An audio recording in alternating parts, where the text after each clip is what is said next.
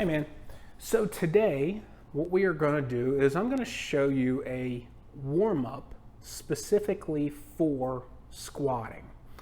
So what we're going to do is I'm going to demonstrate for you what I consider to be one of the hardest versions of the squat. We're going to go with an overhead barbell squat, and I'm going to show you what it looks like beforehand. And just complete transparency here, I'm not warmed up, I'm not loosened up. I'm just going to show you what it looks like. Then we're going to go through the warm-up process. I'll show you what that looks like, and then I will show you what that squat looks like afterwards. Okay, so check it out.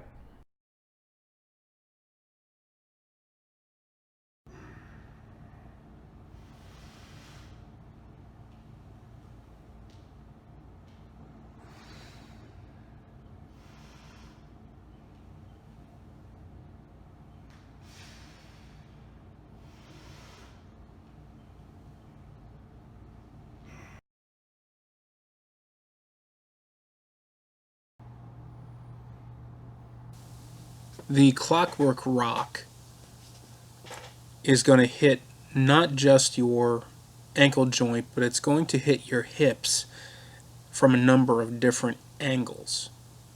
As you see, as we progress through there, we start with the ankle joint, and then we're going to move the leg out to right around 4 o'clock or so. Work back and forth a little bit there. From there, we'll move the leg up to about 3 o'clock.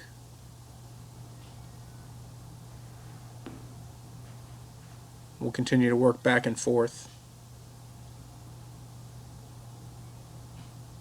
Now, while you're doing these, regardless of which position your leg is in, you want to try to keep your eyes up on the horizon.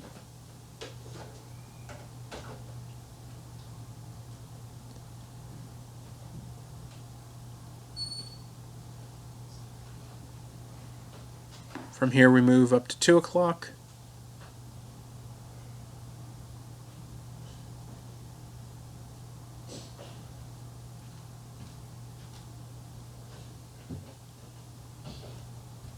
And then eventually we'll finish at 12 o'clock. And what you're going to feel moving your legs or moving your foot in all of these different positions is your hip going through a number of stretches. Here at the 12 o'clock position, you're going to get hamstring, you're going to get groin, you'll probably even get some hip flexor on the opposing leg, the one that you're kneeling on.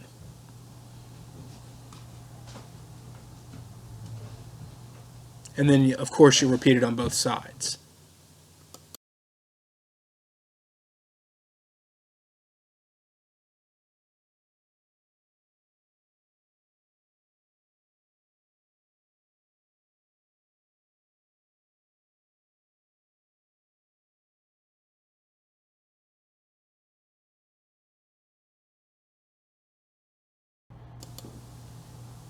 Here we're doing a 4-point rock, and the 4-point rock is all by itself could be a good warm-up for the squat, but with this one we've got the ankles dorsiflexed, because if you pause and hold at the bottom of that rock position, you are in a squat essentially.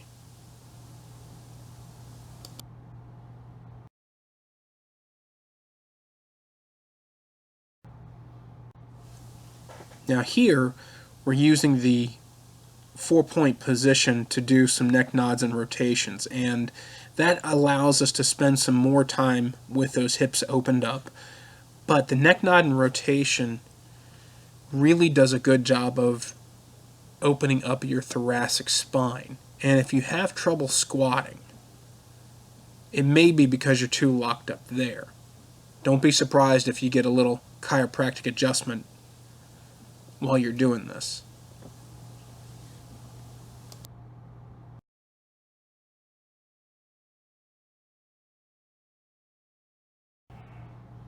This last one, the rocking chair, looks funny, but make sure that you lead with your head. Look the direction your body wants to go. Don't kick with your legs. And what you're doing here is activating your core musculature your diaphragm, your pelvic floor, all of those things that help to stabilize your middle.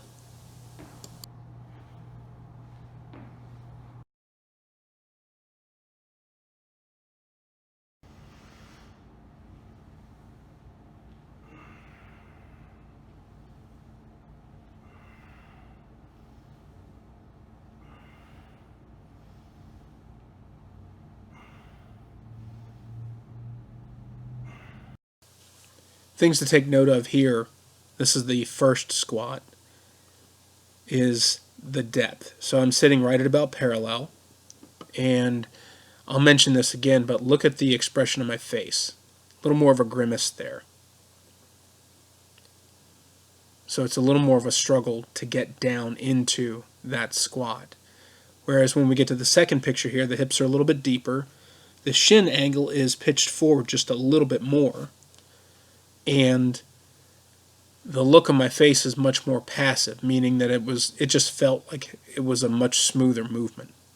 All right, so basically what we're trying to show you with this is if this warm-up sequence can improve your overhead squat, it'll improve just about every squat, because the overhead squat is probably as hard of a squat as it gets in terms of just, external loading on a squat. So if you look at the differences between the before and after, the two things that jumped out at me looking at this was, number one, my hips were deeper on the second version, and number two, look at the difference in the facial expressions, okay?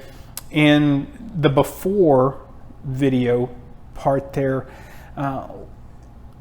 you can see the effort that it took me to get down into that squat, right? If you look at the after, it was a whole lot more fluid, and my face is much more passive. And your facial expressions give away a lot in terms of what your body is doing and what your body feels, especially during movement. So to me, when I look at that, if I see somebody grimacing and really straining, there's a whole lot of effort going into that movement. Whereas if the face is nice and passive, right, then they're just smoothly moving through whatever the movement is. And truth be told, I don't train an overhead squat hardly ever. I can't tell you when the last time I did it intentionally in a workout. And to be able to, as ugly as the second one still was,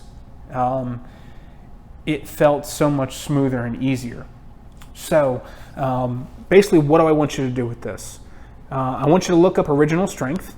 Look up Tim and Danny at Original Strength, and look up some of their work, because everything in that warm-up came from OS. There are different variants of the rocking reset, and then the neck nods and head control reset, okay? And then what I want you to do is I want you to put this to use the next time you decide to go into squat, okay? Do whatever your general warm-up is, whatever your pre-game, so to speak, is before you get into your workouts. And then before you start to squat, take a few minutes and go through that warm-up and see how it feels, okay? Give it a shot, let me know.